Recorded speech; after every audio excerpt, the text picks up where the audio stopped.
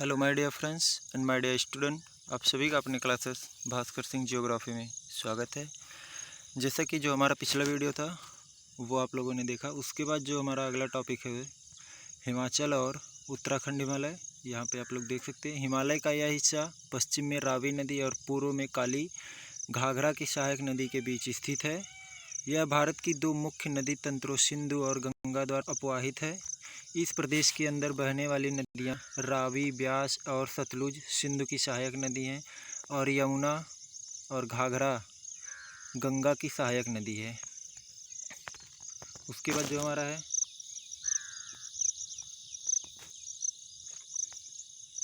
हिमाचल, हिमालय का सुदूर उत्तरी भाग लद्दाख के ठंडे मरुस्थल का विस्तार है और लाहौल एवं स्पीति के ज़िले के स्पीति उपमंडल में है।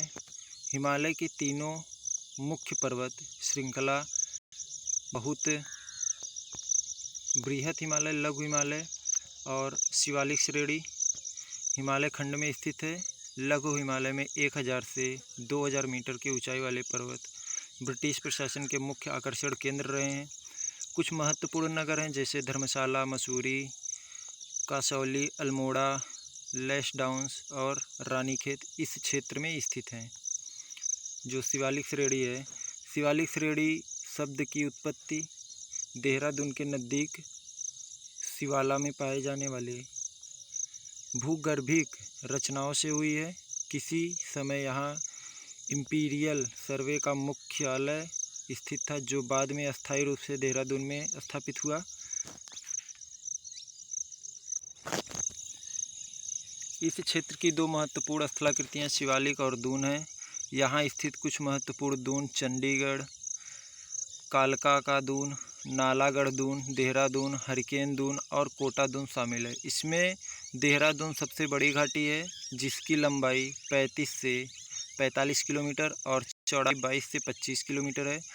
बृहद हिमालय की घाटियों में भूटिया प्रजाति के लोग रहते हैं। ये खानाबदोश लोग हैं जो ग्रीष्म ऋतु में बुग्याल मतलब कि ऊंचाई पर स्थित घास के मैदान में चले जाते हैं और शरद ऋतु में घाटियों में लौट आते हैं।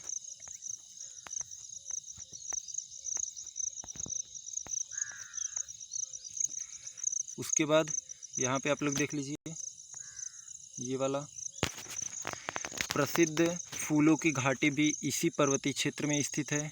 जो हमारा प्रसिद्ध फूलों की घाटी है वो इसी क्षेत्र में स्थित है।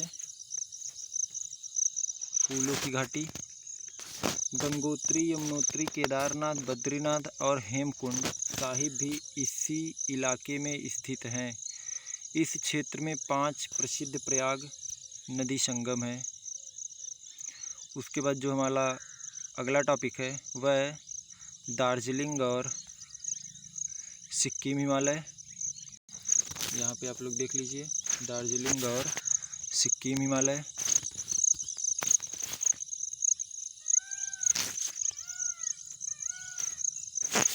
उसके बाद इसके पश्चिम में नेपाल हिमालय और पूर्व में भूटान हिमालय है। यह एक छोटा परंतु हिमालय का बहुत महत्वपूर्ण भाग है। यहाँ तेज़ बहाव वाली तीस्ता नदी बहती है और कंचनजुंगा जैसी चोटियाँ, गहरी घाटियाँ पाई जाती हैं। इन पर्वतों के ऊंचे शिखरों पर लेप्चा जनजाति और दक्षिण भाग पर विशेषकर दार्जिलिंग हिमालय में मिश्रित जनसंख्या जिसमें नेपाली, बंगाली और मध्य भारत की जनजातियां पाई जाती हैं शामिल हैं। यहाँ की प्रकृति जो है वो दशाएं जैसे मध्य ढाल, गहरी और जीवाश्म युक्त मिट्टी, संपूर्ण वर्ष वर्षा का होना और मंद शीत ऋतु का फ़ायदा उठाकर अंग्रेज़ों ने यहाँ चाय के बागान लगाए। उसके बाद है सिक्किम और दार्जिलिंग हिमालय अपने रमणीय सौंदर्य, वनस्पति जात और प्राणी जात और आर्किड के लिए जाना जाता है। उसके बाद देखते हैं, यहाँ पे आप लोग देख लीजिए, देखिए ये मध्य प्रदेश में स्थित पठार है जो कि एक पर्यटक स्थल के रूप में जाना जाता है। उसके बाद है हमारा अरुणाचल हिमालय। अरुणाचल हिमालय, यह पर्वत क्षेत्र भूटान हिमालय से लेकर पूर्व में दीफू दर्रे तक फैला है। क्षेत्र की मुख्य चोटियों में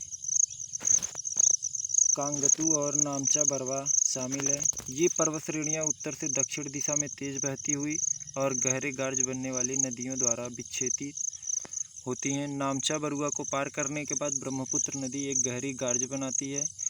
कामेंग, सुबनसिरी, दिहांग, दिबांग और लोहित यहाँ की प्रमुख नदी है। ये 12मासी नदियाँ हैं और बहुत जल प्रपात बनाती हैं।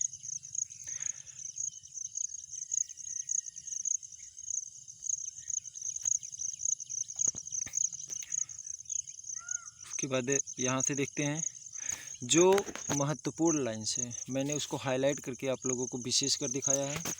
यहाँ पे आप लोग देख सकते हैं। अरुणाचल हिमालय एक मुख्य विशेषता यह है कि यहाँ बहुत सी जनजातियाँ निवास करती हैं। इस क्षेत्र में पश्चिम से पूर्व में बसी कुछ जनजातियाँ इस प्रकार हैं: मोनपा, अबोर, मिसमी, नीसी और नागा। इसमें से ज़्यादातर जनजातियाँ झूम खेती करती हैं, जिसे स्थानांतरण कृषि या स्लैश और बर्न, यहाँ पे आप देख सकते हैं, ये देखिए, कृषि भी कहा जाता है। इसके लिए अरुणाचल सीमा पर स्थित दुआर क्षेत्र से होकर ही यहाँ कारोबार किया जा सकता है। ये आप लोग देख लीजिए, लोकटक झील का क्षेत्र है। उसके बाद हमारा अगला टॉपिक है ये पूर्वी पहाड़ियाँ और पर्वत। हिमालय पर्वत के इस भाग में पहाड़ियों की दिशा उत्तर से दक्षिण। ये पहाड़ियाँ विभिन्न स्थानीय नामों से जानी जाती हैं। उत्तर में इसे पटकाई बूम नागा पहाड़ियाँ, मणिपुर पहाड़ियाँ और दक्षिण में मिजो या लुसाई पहाड़ियों के नाम से जाना जाता है। यहाँ अनेक जनजातियाँ झूम या स्थानांतरण कृषि करती हैं। बराक मणिपुर और मिजोरम की मुख्य नदी है। मणिपुर घाटी के मध्य एक झील स्थित है जिसे लोकटक झील कहा जाता है और यह चारों ओर से पहाड़ियों से घिरी हुई है। मिजोरम में जिसे मोलेसिस बेसिन भी कहा जाता है। लोकटक झील, जिसे तैरता हुआ झील भी कहते हैं, यह इसी क्षेत्र में स्थित है।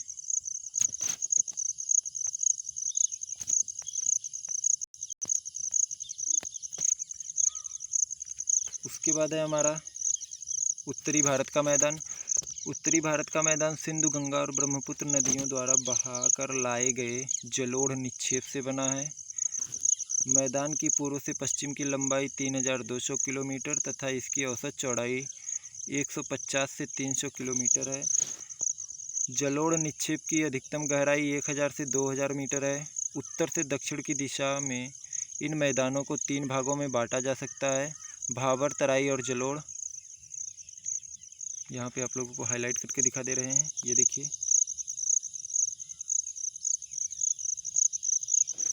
भाबर, तराई और जलोढ़ मैदान। जलोढ़ को आगे 2 भागों में बांटकर खादर और बांगर कहा जाता है। भाबर 8 से 10 किलोमीटर चौड़ाई में पतली पट्टी जो कि शिवालिक गिरिपाद के समानांतर फैली हुई है। जो भाबर है यहाँ से यहाँ तक, यह 8 से 10 किलोमीटर के बीच चौड़ी पतली पट्टी जो कि शिवालिक गिरिपाद के समानांतर फैली हुई है। भाबर के दक्षिण में तराई क्षेत्र है जिसकी चौड़ाई 10 से 20 किलोमीटर है। भाबर क्षेत्र में लुप्त नदियाँ इस प्रदेश में धरातल पर निकलकर प्रकट होती हैं। क्योंकि इनकी निश्चित वाहिकाएँ नहीं होती, ये क्षेत्र अनूप बन जाते हैं जिसे तराई कहते हैं। इस क्षेत्र में प्राकृतिक वनस्पति से ढका रहता है और विभिन्न प्रकार के वन्य प्राणियों का घर है। तराई क्षेत्र से दक्षिण में मैदान, तराई से दक्षिण में मैदान जो पुराने जलोढ़ और नए जलोढ़ से बने होने के कारण इन्हें बांगर और खादर कहते हैं। जो पुराने जलोढ़ से निर्मित हैं उसे बांगर कहते हैं, और जो नई मिट्टी और नई जलोढ़ द्वारा निक्षेपित होते हैं उसे खादर कहा जाता है।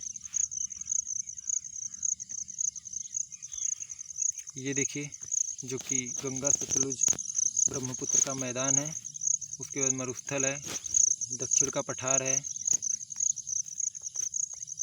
तटीय मैदान है जो कि ये आप लोग देख सकते हैं ब्लू वाली है, पूरा भारत का, गुजरात से लेके केरल तमिलनाडु होते हुए यहाँ तक उड़ीसा तक।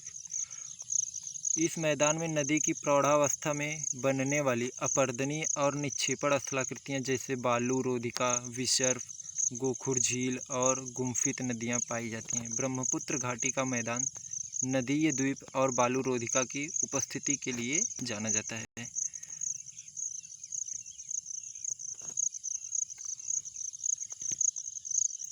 ये देखिए, उत्तर भारत में मैदान में बहने वाली विशाल नदियाँ अपने मुहाने पर विश्व के बड़े बड़े डेल्टाओं का निर्माण करती हैं। जैसे सुंदरवन डेल्टा सामान्य तौर पर है।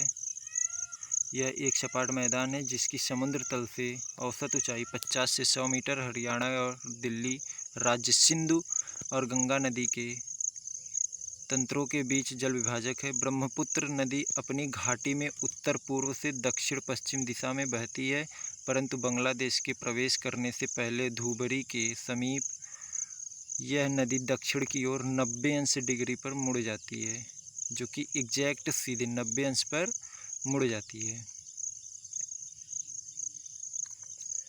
यह मैदान उपजाऊ जलोढ़ से बना है। यहाँ कई प्रकार की फसलें गेहूँ, चावल, गन्ना, जूट उगाए जा सकते हैं, अतः यह जनसंख्या का घनत्व क्षेत्र ज़्यादा है। उसके बाद है हमारा प्रायद्वीपीय पठार।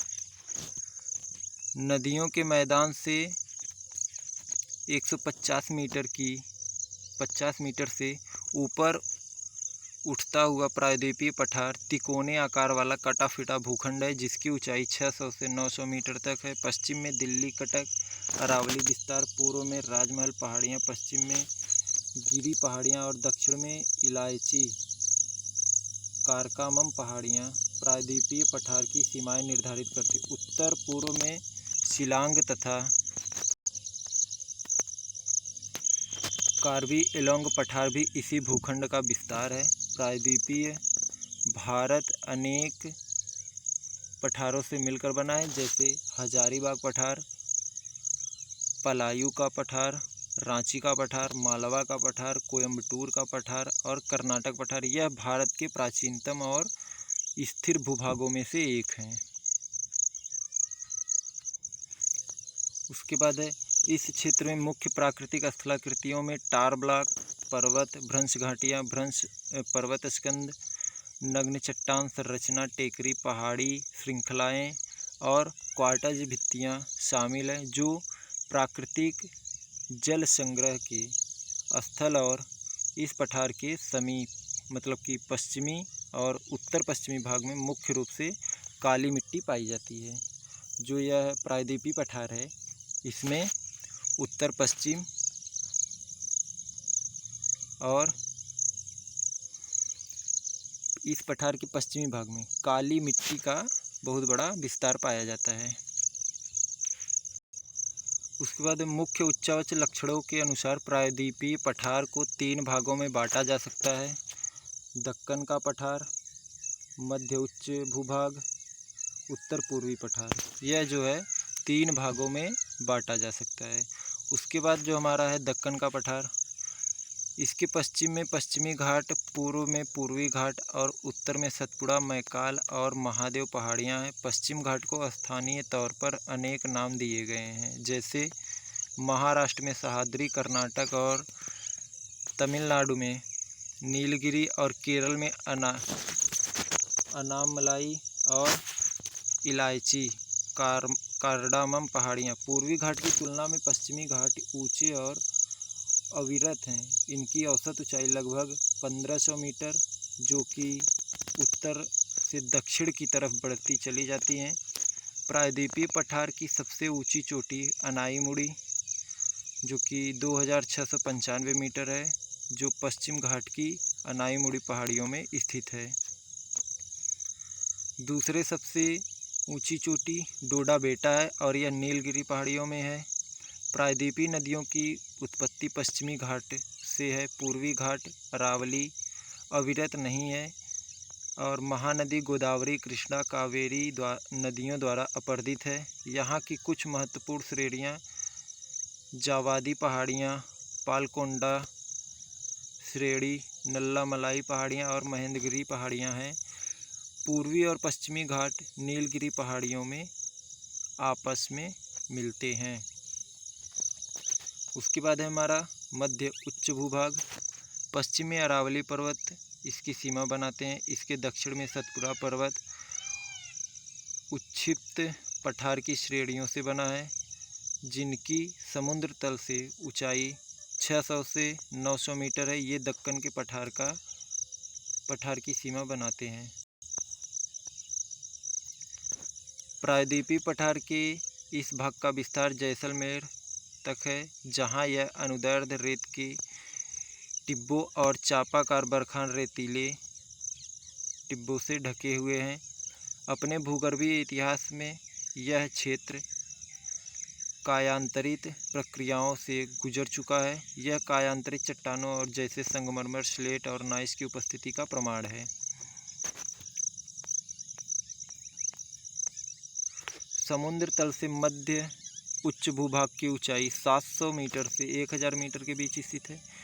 यमुना की अधिकतर सहायक नदियां विंध्याचल और कैमूर श्रेणियों में निकलती हैं, जो कि बनास चंबल की एकमात्र मुख्य सहायक नदी है, जो पश्चिम में अरावली से निकलती है। और मध्य उच्च भूभाग का पूर्वी विस्तार राजमहल की पहाड़ियों तक है, जिसके लक्षण देश में छोटा नागपुर पठार खनिज पदार्थों का भंडार है।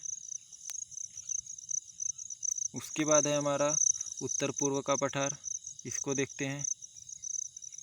इसमें आवास करने वाली जनजातियों के नाम के आधार पर मेघालय के पठार को 3 भागों में बांटा गया है: गोरो पहाड़ियाँ, खासी पहाड़ियाँ और जयंतिया पहाड़ियाँ।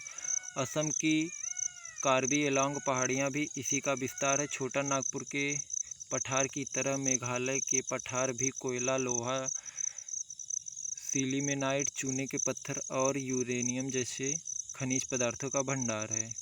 मेघालय का पठार एक अति अपरदित भूतल है। चेरापूंजी नग्न चट्टानों से ढका स्थल है। यहाँ वनस्पति लगभग नहीं के बराबर है। उसके बाद है हमारा भारतीय मरुस्थल। भारतीय मरुस्थल जो है, यहाँ पे आप देख सकते हैं भारतीय मरुस्थल।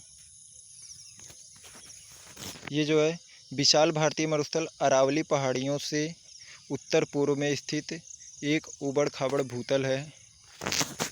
यहाँ पर वार्षिक वर्षा 150 मिलीमीटर से कम होती है और परिणाम स्वरूप यह एक शुष्क और वनस्पति रहित क्षेत्र है। इन्हीं स्थलाकृतियों गुणों के कारण इसे मरुस्थली के नाम से जाना जाता है। मेसोजोइक काल में यह क्षेत्र समुद्र का हिस्सा था, जैसा कि आप लोग यहाँ पे देख लीजिए। यह जो कि भारत का मरुस्थलीय क्षेत्र है। उसके बाद ये दक्कन का पठार, यहाँ पे आप देख लीजिए।